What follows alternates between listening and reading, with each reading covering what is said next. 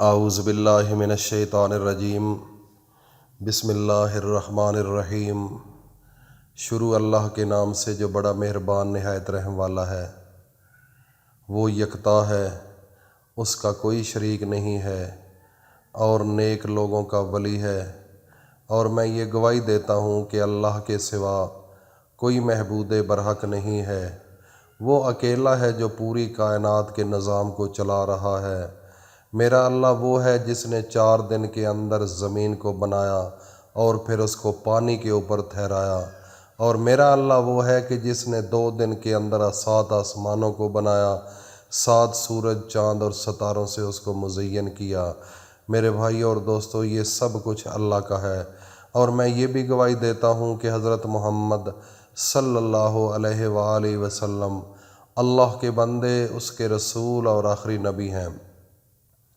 اے میرے اللہ، میرے نبی حضرت محمد صلی اللہ علیہ وآلہ وسلم پر اور ان کی آل پر اور ان کے تمام صحابہ اکرام رضی اللہ تعالی عنہم اجمعین پر اور تمام امت مسلمہ پر، اور بالخصوص جو لوگ اس چینل پر موجود ہیں، میری مائیں، بہنیں، بیٹیاں، میرے بھائی بزرگ، اے میرے اللہ، اپنے خاص رحمتیں، برکتیں اور سلامتی ان سب پر نازل فرما۔ میرے بھائی اور دوستو، میری ماؤں، بہنوں، بیٹیوں، آج کا جو وظیفہ ہے بڑا اہم وظیفہ ہے۔ یہ ایک ایسا وظیفہ ہے جس کا حدیث کے اندر اس کو اسم اعظم کہا گیا ہے، اور اس وظیفے سے یہودیوں کو بڑا حسد ہوتا تھا، اس سے وہ بڑا حسد کرتے تھے۔ یہ ایک ایسا وظیفہ ہے کہ میرے نبی حضرت محمد مصطفیٰ صلی اللہ تعالی علیہ وسلم جب محفل میں اللہ کا واعظ کر رہے ہوتے تھے، درود شریف پڑھ رہے ہوتے تھے، اور اللہ کی وحدانیت، الوہیت اور اللہ کا شان اور بڑائی بیان کر رہے ہوتے تھے، تو آسمان میں جتنے فرشتے ہوتے تھے، جب اللہ کے نبی حضرت محمد مصطفیٰ جب صحابہ اکرام کے ساتھ موجود ہوتے تھے، تو وہ سارے فرشتے زمین پر آ کر ان کے ارد گرد اکٹھے ہو جایا کرتے تھے، تو وہی دعا پڑھا کرتے تھے جو میں آج آپ کے سامنے بیان کرنے کے لیے حاضر ہوا ہوں۔ وہ ہے اسم اعظم۔ حدیث کے اندر اس کو اسم اعظم کہا گیا ہے۔ میرے بھائی اور دوستو، یہ ایک ایسی دعا ہے، یہ ایک ایسا اسم اعظم ہے کہ اگر صدقے دل کے ساتھ یہ ادا کر لیا جائے تو اس وقت سے زندگی ساری بدل جاتی ہے، انسان کی سوچ بدل جاتی ہے، انسان کے حالات بدل جاتے ہیں، انسان کی تقدیر بدل جاتی ہے، انسان کے نصیب بدل جاتے ہیں۔ میرے بھائی اور دوستو، میری ماؤں، بہنوں، بیٹیوں، یہودی لوگ جو تھے، جب میرے نبی حضرت محمد مصطفیٰ اس کو ادا کیا کرتے تھے اور کرواتے تھے لوگوں سے، تو یہودی بڑے جیلس ہوتے تھے، وہ بڑا حسد کرتے تھے 2 لفظ سے۔ ایک تھا سلام، جب کسی کو سلام کہا جاتا ہے، تو دوسرا ہے آمین۔ آمین ایک ایسا اسم اعظم ہے، جب انسان نماز کے اندر ثنا پڑھتا ہے، پھر تعوذ، پھر سورۃ فاتحہ، اس کے بعد سب لوگ آمین کہتے ہیں۔ آمین ایک ایسا لفظ ہے، اس میں اسم اعظم ہے، اور اللہ کو اس کی ادا اتنی پسند ہے کہ سب آسمان والے فرشتے بھی جب کوئی انسان دعا مانگتا ہے، جب میرے نبی حضرت محمد مصطفیٰ دعا مانگا کرتے تھے، تو سارے فرشتے اس اسم اعظم کو ادا کیا کرتے تھے، آمین آمین آمین کہا کرتے تھے۔ یہ ایک ایسا لفظ ہے جو کہ ہر نماز کے اندر موجود ہوتا ہے۔ اگر اس لفظ کو ادا نہ کیا جائے تو اللہ کی ذات خوش نہیں ہوتی اور اس عبادت کو قبول بھی نہیں کرتی۔ اس لیے میرے بھائی اور دوستو، اس کا خاص اہتمام بڑے دھیان سے کرنا چاہیے۔ میرے نبی حضرت محمد مصطفیٰ صلی اللہ تعالی علیہ وآلہ وسلم جب اللہ کی وحدانیت بیان کرتے تھے، اللہ کا شان بیان کرتے تھے، تو آسمان سے سب فرشتے آ کر ارد گرد بیٹھ جاتے تھے، اور نور ہی نور ہوتا تھا۔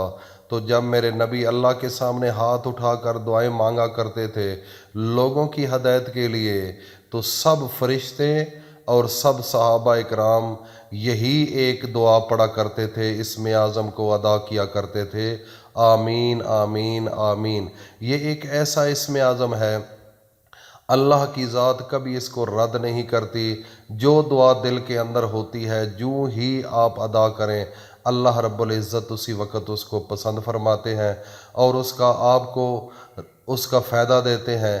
جو اگر دل کے اندر یہ تصور ہو کہ گھر کے اندر میرے کوئی پیسہ نہیں، میرے گھر کے اندر بیماری ہے، گھر کے اندر لڑائی جھگڑا ہے، تو اللہ کے سامنے گڑ گڑا کر اللہ کی یاد میں گمسم ہو جاؤ اور آمین آمین آمین کہنا شروع کر دو۔ آمین ایک ایسا لفظ ہے کہ اللہ کو اس کی اتنی ادا پسند ہے کہ انسان جب آمین کہتا ہے تو اپنے آپ کو سلنڈر کر دیتا ہے کہ جو کچھ اللہ تیری مرضی ہے میں اس کے مطابق اپنی زندگی کو گزاروں گا۔ اگر بھوک ہے تو تب بھی مجھے آمین ہے، اگر میں بیمار ہوں تو تب بھی میں آمین ہے، اور میرے گھر کے اندر کوئی لڑائی جھگڑا ہے تو تب بھی آمین ہے۔ جس حالت میں میرے اللہ تو خوش ہے میں اسی میں خوش ہوں۔ آمین کا معنی یہ ہوتا ہے کہ میں اللہ کی رضا پر خوش ہوں، مجھے جس حالت میں اللہ رکھے میں اسی رضا میں خوش ہوں۔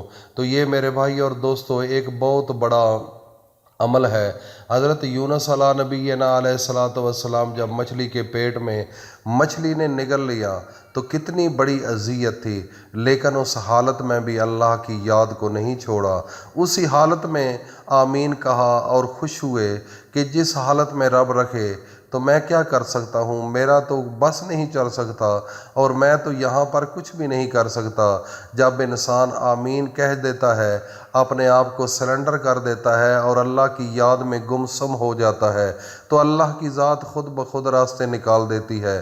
تو یونس علیہ نبینا علیہ الصلاۃ والسلام جب مچھلی نے نگلا، ایک تو رات کا اندھیرا تھا، دوسرا مچھلی کے پیٹ کا اندھیرا تھا، دونوں اندھیرے تھے اور پردوں کے اندر یونس علیہ السلام تھے، تو اتنی اذیت تھی، اتنی تکلیف میں تھے، اور سمندر کی تہوں میں مچھلی چلی گئی۔ جب سمندر کی تہوں میں چلی گئی لیکن اس حالت میں بھی اللہ کی یاد کو نہیں چھوڑا۔ سبحان اللہ، اس حالت میں بھی اللہ کو نہیں چھوڑا۔ اپنا آئیڈیا لگا لو، جب انسان پر تھوڑی تکلیف ہوتی ہے تو اللہ تعالیٰ کے سامنے شکایتیں لوگ لگانا شروع کر دیتے ہیں کہ مینوں ہی اللہ تک ہے، مینوں ہی اللہ تک ہے۔ او میرے بھائیو، یہ کفری الفاظ ہیں، ان لفظوں سے بچ جاؤ۔ اللہ کے غضب بڑا زبردست ہے، بڑا طاقتور ہے۔ میرے بھائی اور دوستو، اللہ کے سامنے جھک کر رہو، ڈر کر رہو۔ یونس علیہ السلام نے جب دعا مانگی، اللہ نے ان کے لیے راہ نکال دی، لا الہ الا انت سبحانک انی کنت من الظالمین۔ اسی وقت وہ آزاد ہو گئے۔ جب انسان صدقے دل کے ساتھ آمین کہہ دیتا ہے، یا اللہ مجھے بھوک ہے تب بھی آمین، اگر میں خوش ہوں تب بھی آمین، بیمار ہوں تب بھی آمین، جس حالت میں رب تو رکھ مجھے آمین ہے۔ جب یہ لفظ آمین کا ذہن میں آ جاتا ہے تو اس انسان کے لیے یہ دنیا جنت بن جایا کرتی ہے۔ میرے بھائی اور دوستو، آج کا وظیفہ کنجوسی نہیں کرنی، اپنے دوستوں میں شیئر کرنا تاکہ ہر انسان اس سے استفادہ حاصل کرے اور اس آمین کے